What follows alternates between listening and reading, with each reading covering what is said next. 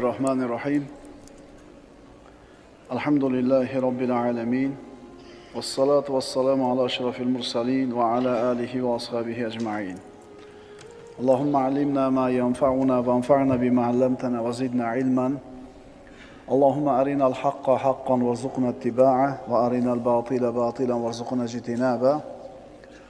واجعلنا ممن يستمعون القول فيتبعون أحسنه وأدخلنا برحمتك في عبادك الصالحين أما بعد السلام عليكم ورحمة الله تعالى وبركاته ألا بذكر الله تطمئن القلوب. Bugungi mavzuyimiz ogoh bo'linglar, qalblar Allohni zikr qilishlik bilan orom olur. Bu Alloh subhanahu va taoloning oyati, Allohning so'zi. Insonni yaratgan, uni tabiatini bilgan Alloh taolo aytayaptiki, sizlarning qalbinglar faqatgina Allohning zikri bilan orom oladi. Demakki, insonning qalbi orom olgandan keyin, sakinat, taskin topgandan keyin u saodatli bo'ladi, baxtli bo'ladi. Hamma inson saodat istaydi, baxt istaydi, osoyishtalik istaydi, sakinat istaydi. Va mana shu maqsadga yetishlikda kimdir boyligini maqsad qilib qo'yadi. Boylikka yetsam baxtli bo'laman deydi. Kimdir mansabga yetsam deydi. Xullas, har kim o'zicha bir andozalarni, miqyoslarni, o'lchovlarni qo'yib olgan oldiga. Lekin siz bilan bizni yaratgan Parvardigorimiz subhanahu va taolo aytayapti: "Ogoh bo'linglar, ko'zinglarni ochinglar. Inson faqatgina qalbi Allohni zikr qilgandagina orom oladi." Bugun zikr haqida suhbat qilamiz. Alloh taoloni zikr qilishdan ko'ra qalbni ochadigan boshqa amal yo'q. Alloh taoloni zikr qilishdan ko'ra savobi ulug'roq bo'lgan amal yo'q. Demak, insonning qalbini ochilishligi, yuksalishligi Allohning zikriga bog'liq bo'ladi. Alloh taolo Qur'onda marhamat qiladi: "Fazkuruni azkurukum." Ey bandalar, meni eslanglar, meni zikr qilinglar, men sizlarni eslayman. Bilasizlarmi? Yer yuzida bir jannat bor. Allohning zikri degan jannat. Allohning zikri bu yerdagi jannat. Kim mana shu yerda yashab turib shu jannatga kirmagan bo'lsa, oxiratdagi jannatga kirmaydi. Ilm majlisi, Qur'on tilovati, Allohning zikri bo'lgan halqalar. Mana shu zikrda o'tirgan odam jannatga kirgan hisoblanadi yer yuzidagi. Endi yer yuzidagi jannatga kirdimi, inshaalloh oxiratdagi jannatga ham kiradi. Allohning zikri, birodarlar, qalbni toyilishdan, mashaqqatlardan, iztiroblardan qutqarish degani. Allohni zikr qil, birodar. Zikring uni orqasidan keladigan foydalar uchun bo'lib qolmasin. Juda ham nozik nuqta shu. Boshida aytib qo'yay. Allohni zikr qilsang, Allohga yaqin bo'lasan. Maqsad shu bo'lsin. Allohni zikr qilsang, Alloh seni yaxshi ko'radi. Allohni zikr qilsang, uni muhabbatiga erishasan. Mana shu maqsadda zikr qil. Undan keyin keladigan narsalar Allohning hadiyasi deb qara. Ha, mana zikrda moncha aytsam mana qanday bo'lar ekan, duoda moncha o'qisam mana qanday bo'lar ekan degan niyatda aytib qo'ysang, unda adashasan. Allohning roziligi uchun, Allohning muhabbati uchun, Allohga yaqin bo'lish uchun degan niyatda zikr ayt, shu zikring to'g'ri bo'ladi, shundan keyin u zikrning foydalarini ko'rasan. Kim Alloh uchun 40 kun taqvo qilsa, uni tilidan hikmat chashmalari otilib chiqadi degan hikmatni eshitdi bir odam. 40 kun Alloh uchun taqvo qildi nazarida. Lekin 40 kun o'tgandan keyin tilidan hikmat chashmalari otilib chiqmadi. Otilib chiqmadi-yu dedi, sendan otilib chiqmaydi deyildi. Chunki u taqvoni Allohni rozi qilish uchun emas, shu hikmat chashmasiga ega bo'lish uchun qilgan edi. Tushunarli birodarlar? O'zi zikrlarda hozir foydalarini aytib beraman. Ayrim zikrlarda xos foydalarni yozib keldim. Ungacha bilib olinglar nima uchun zikr aytish kerakligini. Xulosa, zikrni Allohni rozi qilish uchun aytamiz, undan keyin nima bo'lsa Alloh taolaning fazli. Zikrning asosiy maqsadi shu bo'lsin. Shundan keyin zikrning orqasidan keladigan foydalar, endi u yog'i Alloh taolaning marhamati deb qabul qilasan. Allohni zikr qilish bu yaxshiliklarga, yutuqlarga erishishning eng oson va eng yaqin yo'li. Zikrning nima foydalari, qanday ulkan foydalari borligini bilmoqchi bo'lsang, kitob va sunnatga nazar sol, shuni o'zi kifoya qiladi. Sen birodar har kuni zikr malhamini olib, sinab ko'rib shifoga erishgin. Allohni zikr qilish bilan qo'rquv, xavotir, g'am, qayg'u bulutlari tarqaydi. Allohni zikri bilan mashaqqat, kulfat, afsus tog'lari surilib ketadi. Zokirlarning qalblari osoyishta, osuda va xotirjam. Bundan ajablanma. Allohni ko'p zikr qiladiganlarning hayoti osuda ekanligidan ajablanma. Buning o'rniga sen Allohni zikr qilmay yurgan g'ofillar qanaqa qilib yashayapti-kin deb hayron bo'l. Bir kunda bir marta Alloh demaydiganlar bor. Yekkanda bismillah demaydi, o'tirganda bismillah demaydi, Allohni eslamaydi. Allohni zikridan g'ofil bo'lgan insonlar qanaqa qilib hayot kechiryapti-kin, shundan hayron bo'l, birodar. Alloh taolo aytadi: "Amwatun g'ayru ahya va ma yash'uruna ayyana yub'asun." Ular jonsiz o'lik. Ya'ni nafas olyapti, yuribdi, lekin o'lik va qachon qayta tirilishlarini ham sezmaslar. Shuning uchun birodar, qiynalgan bo'lsang hayotda, charchagan bo'lsang, mashaqqatlardan shikoyat qilib yig'layotgan bo'lsang, uni ismini zikr qil. Uni muqaddas ismi bilan duo qil, iltijo qil. Hal ta'lamu lahu samiyya. Unga teng biror zotni bilurmisiz? Birodar, seni qalbingni xotirjamligi Allohni zikr qilishingga bog'liq bo'ladi. Qancha ko'p zikr qilasan, qancha ixlos bilan, qancha bir e'tiqod bilan zikr qilasan, qalbing shuncha xotirjam bo'ladi. Bu meni gapim emas. Bu Alloh subhanahu va taoloning so'zi. Ogoh bo'linglar, qalblar faqat Allohning zikri bilan orom oladi. Hammamiz xohlaymiz bir narsani bilishni. Nima u deng? Allohning huzurida meni qadrim qanaqa ekan? Xohlaymizda. Alloh meni qadrlarmikin? Allohning huzurida meni qadrim qanaqa ekan? Bilishni xohlaysan, birodar? Albatta xohlaysan. Buni yo'li bor. O'zingga qarab ko'r. Sen uchun Allohning zikri qaysi o'rinda? Allohni zikr qilishligini qadri senga qanchalar baland? Shunga qarab seni ham qadring belgilanadi Allohning huzurida. Zikr siz uchun qanchalar qadrli? Shunga qaraganda bu yog'ini bilib olavering. Endi tushunyapsan, birodar, nima uchun qalbingda doim siqilish, tashvish, qo'rquv bor? Endi tushunyapsizlarmi, nimaga odamlar shunqa bir siqilib, bo'g'ilib yashaydi? Nima sababdan mana shu narsalar qalblarimizni egallagan? Endi anglayapsizlarmi? Agar bizni ham qalbimiz mana shunaqa siqilishda, istirobda, bo'g'ilishda bo'lsa, demak, buni sababi nima ekan? Allohning zikridan uzoq ekanmiz. Shu muomalaga kirib qolamiz. Endi qutulish yo'li Allohning zikriga qaytaylik. Voy birodarlar, zikr shunaqa zo'r ibodatki, uni vaqti yo'q. Albatta tahorat bo'lish shart emas, masjidga borish shart emas, yurib ketayotib aytsangiz bo'ladi, o'tirib aytsangiz bo'ladi, yonboshlab aytsangiz bo'ladi, aytsangiz bo'ldi. Shunaqa yengilki, shuni ham aytmaymiz-da. Nimaga aytmaymiz? Tillarimizga og'ir. Kishi Allohning zikrini tiliga kelishligi og'ir bo'layotganligi uning qalbidagi nifoq sababidan deyiladi. Tilingizga zikr kelishi qiyin bo'lyaptimi? Majbur qilib bo'g'ib aytyapsizmi? Zikr qilishlik oson emasmi, qiyin bo'lyaptimi? Qalbingizdagi nifoqning belgisi bor deydi ulamolar. Allohning zikri degani Allohga suyanish degani. Unga suyanish degani, ishonish degani, tavakkul qilish, qaytish degani. Allohning zikri degani Alloh haqida yaxshi gumon qilish degani, undan yengillikni kutish degani. Agar duo qilsang, Alloh senga yaqin. Nido qilsang eshitadi, so'rasang ato qiladi. Shuning uchun Allohga zorlan, duo qil, undan qo'rqin. Sano ayt, hamd ayt, duo qil, istig'for ayt, uni pokiza ismini doim tinimsiz takrorla. Inshaalloh uni madadi bilan saodatni topasan, omonlikni, xursandchilikni, nurni, osoyishtalikni inshaalloh qo'lga kiritasan. Ogoh bo'linglar, qalblar faqat Allohning zikri bilangina orom oladi. Bo'ldi, ertadan shu zikrlarni aytaman degan xulosa bilan chiqib ketish kerak. Tevada 18 ta mavzu o'tdikmi? U bir tomon bo'lsa, bu o'zi bitta alohida tomon. Tushunyapsizlarmi? 18 ta darsimiz bitta pallada, mana shu zikr bitta pallada. O'sha 18 ta o'tgan narsamizni doim yodimizda turishi, o'shunga amal qilishligimiz zikrga bog'liq. Estağfirullah. Fa'atahumullohu savabad dunya va husna savabil axirah vallohu yuhibbul muhsinin. Bas mana shunday zokirlarga Alloh dunyoda ham savob, g'alaba, mol davlatni berdi va oxiratda ham go'zal ajrni, jannatni ato qiladi. Kimga?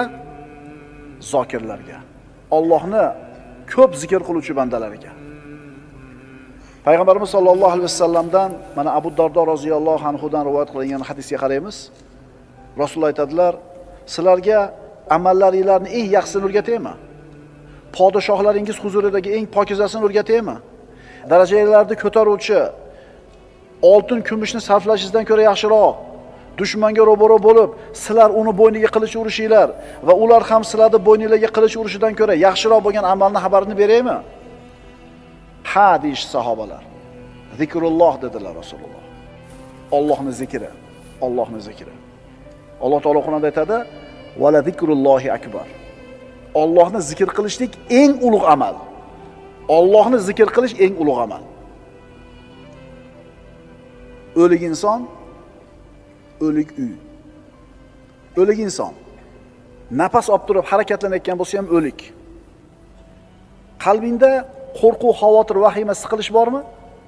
Bu nima sababdan shular bor, bilasanmi? Payg'ambarimiz sollallohu alayhi vasallam aytadilar: "Masalul ladzi yazkuru robbahu val ladzi la yazkuru robbahu kamasalil hayyi val mayyiti." Buxoriyda.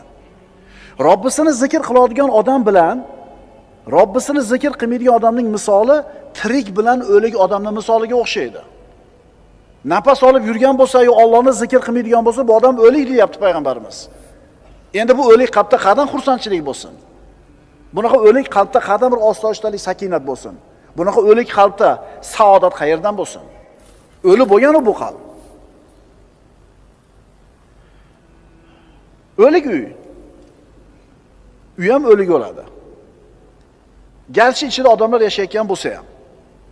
Imom Muslim keltirgan hadisda payg'ambarimiz aytadilar: "Masalul baytillazi yuzkarullohu fihi val baytillazi la yuzkarullohu fihi masalul hayyi val mayyiti." Ichida Alloh zikr qilinadigan uyning misoli va ichida Alloh zikr qilinmaydigan uyning misoli tirik bilan o'ligning misoliga o'xshaydi. Qarang, tirik uy bor ekan, o'lik uy bor ekan. Tirik odam bor ekan, o'lik odam bor ekan. Allohni zikr qilgan odam tirik, Alloh zikr qilingan uy tirik. Endi Allohni zikr qilmagan odam o'lik, Alloh zikr qilinmagan uy ham o'lik, o'likning ichidagi o'liklar. Uyingda birodar baraka yo'qmi? Osoyishtalik, sakinat yo'qmi? Qarab ko'rchi, uyingda Allohning zikri bormikin? Yo'q. Ko'pchilik uylarda Allohning zikri yo'q. Unda nima bor uylarda? Sanaymiz. Konsertlar, futbollar, masxarabozlarning tomoshalari, seriallar, oldi qochdi shoular. Agar seni birodar uyingda faqat shular bo'layotgan bo'lsa, sen qaysi saodatni uyingdan istayapsan, birodar? Bunaqa Allohning zikri bo'lmaydigan uyda qanaqa sakinat bo'lishi mumkin? Axir bu uyga shaytonlar to'lib bo'lgan-u. O'lik uyning ichidagi o'lik odamlar. Bir odam Alloh taolodan duo qilib bir hojatlarni so'raydi. Yana boshqa bir banda Allohni shunaqa ko'p zikr qiladiki, doim tili zikrda, zikr shunaqa band qilib qo'yganki, nimani so'rashligi esdan chiqib qoldi. G'ami, kamchiligi esdan chiqib qoldi. Endi buni holati nima bo'ladi? Rasululloh aytadilar: kimni meni zikr qilish o'zining hojatini so'rashdan to'sib qo'ygan bo'lsa, zikrni ko'p aytganligi bilan ovora bo'lib, ko'p zikr aytib, hojatini so'rash esdan chiqib qolsa, bas men unga so'rovchilar so'raydigan narsalardan ko'ra afzalroq narsani ato qilaman. Siz zikrni qilavering-da, indamay qo'ying nima kerakligini. Chunki Robbingiz o'zi biladi sizga nima kerakligini. So'rash ibodat. Zikr ham ibodat. Lekin zikrni qarang-da, ham zikr bo'lyapti, ham so'rash bo'lyapti vaqt o'zida. Shuning uchun aytildi-da, "Va la zikrullohi akbar." Allohning zikri eng buyuk amal. Alloh taolo aytadi: "Men bandamning men haqidagi gumonidaman. Agar u bandam meni zikr qilsa, men u bilan birgaman.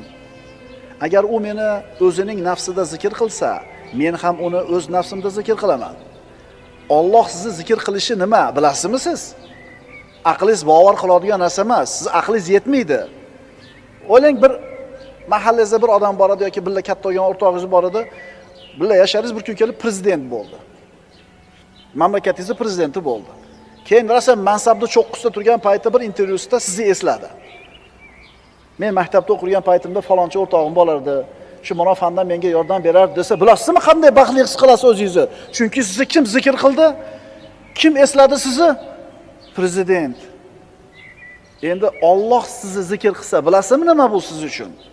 Bu sakinat, osudalik, barakot, saodat. Agar banda meni o'zini nafsida zikr qilsa, men o'zimni nafsimda zikr qilaman. Agar meni o'sha bandam bir majlisda, maloda, bir jamoat ichida zikr qilsa, men u bandamni ularning majlisidan ko'ra yaxshiroq bo'lgan majlisda zikr qilaman. Maloil a'lo, maloikalarning majlisida zikr qilaman deyapti Alloh taolo. Alloh sizni zikr qilsa, birodar, bilasizmi sizga nima bor? Rahmat, qo'llashi, inoyati, panohi degani. Banda Allohni zikr qilsa, Alloh shu banda bilan birga bo'ladi. Alloh siz bilan birga bo'lishini xohlasangiz, Allohni zikr qiling. Qo'llab-quvvatlaydi. Yana nima kerak sizga boshqa? Nima kerak yana sizga boshqa? Allohga sen banda zikrni ko'p aytib, unga yaqin bo'lganing sari Alloh ham senga yaqin bo'lib boraveradi. Payg'ambarimiz aytadilar: "Sabaqal mufarridun." Mufarridlar o'zib ketdi hammadan. Aytishdiki: "Ya Rasululloh, mufarridlar kim?" Rasululloh aytdilar: "Az-zakirunalloha katiran va zakirat." Imom Muslimdan. Allohni ko'p eslaydigan erkaklar, Allohni ko'p eslaydigan ayollar. Mana shular o'zib ketishdi. Hamma narsada o'zib ketishdi. Mana endi zikrda qanchalar muhim narsa ekanligi va qanchalar oson, qulay narsa ekanligi, maqsadimizga yetkazadigan eng oson va qulay yo'l ekanligini tushundik. Mana endi ayrim zikrlarning fazilatini aytib beraman. Nimaga aytmayapman shu zikrni men deysiz? Abu Umoma Bohiliy roziyallohu anhuning hadisi. Abu Dovuddan keltiriladi. Kunlari birida Abu Umoma Bohiliy roziyallohu anhu masjidda namozdan bir tashqari vaqtda ko'p o'tiradigan bo'lib qoladi. Rasululloh buni kuzatib turib: "Ey Abu Umoma, nimaga bu ko'p o'tiribsiz namozdan tashqari vaqtlarda?" deganida hali sahoba boshini egib o'tiribdi-da: "Ya Rasululloh, g'amlarim ko'p, qarzlarim ko'p" deydi. Kimi g'ami yo'q? Kimi g'ami yo'q? Boyda ham, kambag'alda ham g'ami bor. Kambag'al qarzni to'lamay g'amda bo'lsa, boy haqini undira olmay g'amda. To'g'rimi? Rasululloh aytdilar: "Men sizga shunday bir kalimalarni o'rgataymi? Agar ularda aytsangiz, Alloh g'amlaringizni ko'taradi, qarzlaringizni uzadi." Endi qanday? Shu gapni gapirib qo'ysanglar, g'am hal bo'lib, qarz uzilib qoladimi? O'shuning uchun biz odamlarga bu zikrlarda foydasi yo'qda. Ularning iymoni zaif, ularning iymoni suz. Undan ko'ra $1000 berganingiz yaxshi uni qo'liga. Narxini olishni xohlaydi. Mana shu yerda mo'min emas odamdan farq ajraydi-da. O'rgating yo Rasululloh dedi. Rasululloh aytdilar, shunday deng: "Allohumma inni a'udhu bika minal hammi wal hazan va a'udhu bika minal ajzi wal kasal va a'udhu bika minal jubni wal bukhl va a'udhu bika min g'alabati ad-dayni va qahri rijal." Haligi sahoba eshitdi, yodladi va aytib yurdi. Hech qancha vaqt o'tmadi, Alloh g'amlarimni ham ko'tardi, qarzlarimni ham uzdi deydi. Endi aytamiz, chunki g'am hal bo'lar ekan, qarz uzilar ekan. Lekin boshida aytdik darsimizni. Bu zikrlarda aytishdan maqsad Allohning roziligi, Allohning muhabbati, Allohning yaqin bo'lishlik bo'lsin. Bu masalalar keng bo'ladigan narsalar. Bir qori ukamiz shu muammoga kirib qolganida men ham xuddi shu nasihatni qilgan edim. Bir oy o'tmadi domla, hamma yo'q hal bo'ldi deb keldi. Chunki biz o'zimiz ham ko'rganmiz-da bu zikrda aytib turib, hayotimizda ta'sirini, hayotimizda samarasini ko'rganmiz. O'shuning uchun ishlanib aytgan edik. Ishlanib olib, ishlanib aytgan ekan, Alloh hal qilibdi. Bir oyda problemalar hal bo'ldi domla deyapti. Birodarlar, uyga kirib olib yig'laysiz. Yig'laysiz. O'sha qilgan duolaringizni, zikrlaringizni foydasini ko'rganingizda kirib shukronasiga yig'laysiz. Lekin zikrni umuman qo'ymay qo'yasiz. Zikrni umuman tilingizdan qo'ymay qo'yasiz. Biz mana shu hadisni voqeligini hayotimizda o'zimiz ham ko'rdik, shogirdlarimizni ham ko'rdik, sizlarda ham inshaalloh ko'ramiz. Faqat ixlos bilan aytilsin, doimiy bo'lsin. Yustajabu li ahadikum ma lam yasta'jil ila Rasululloh. Shoshilmasanglar duolar ijobat bo'ladi. Qanday qilib shoshilamiz yo Rasululloh? Rasululloh aytdilar, sizlardan bittanglar Allohga duo qiladi, keyin aytadi, duo qildim, Alloh ijobat qilmadi deydi. Mana shu odam shashiltirdi, endi buni duosi ijobat bo'lmaydi. Istig'forning ayrim foydalari. Nuh alayhissalom o'zini qavmini 950 yil da'vat qildi va ularga Robbilariga istig'for aytishlikni buyurdi. Avvalambor gunohlarga mag'firat. Men dedimki, Parvardigoringizdan mag'firat so'ranglar, albatta u o'ta mag'firatli bo'lgan zotdir. Ikkinchisi, yomg'ir yog'ishiga sabab. Yursilis sama alaykum midrora. U zot ustinglarga osmondan yomg'ir yog'diradi. Rizqmi, barakami? Uchinchi foydasi, moli dunyo, farzandlar bilan quvvatlaydi. Va yumdidkum bi amwalin va banin. Va sizlarga moli dunyo, bola chaqa bilan madad beradi. To'rtinchi foydasi, bog' va bo'stonlarga sabab bo'ladi. Va yaj'alakum jannatin. U Alloh sizlarga bog' va bo'stonlarni beradi. Beshinchi foydasi, daryolarda suvni serob bo'lishiga sabab. Va yaj'alakum anhara. Sizlarga oqar daryolarni ato qiladi. Bitta istig'forga. Oltinchi foydasi, jismoniy quvvatingga quvvat bo'ladi istig'forni ko'paytishing.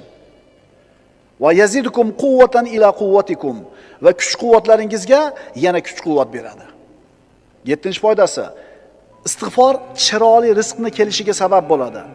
Yumatti'ukum mata'an hasanan ila ajalin musamma.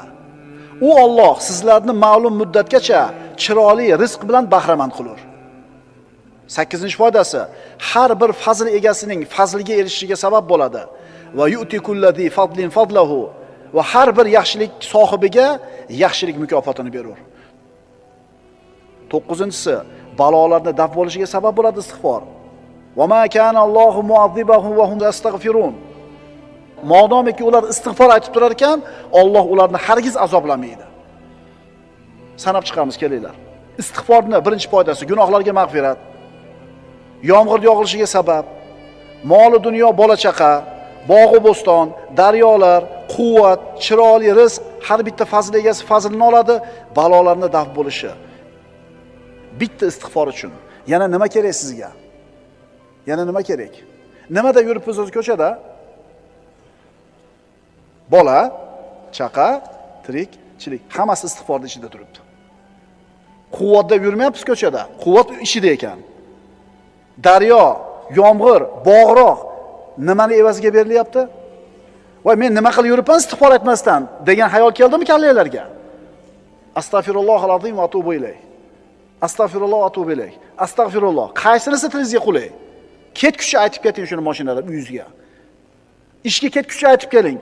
O'tirib ayting, turib ayting, ishga ketayotib ayting, yurib ketayotib, kiyinayotib ayting, zikr ayting birodar. Bilasizmi, zikr nimaga o'xshaydi?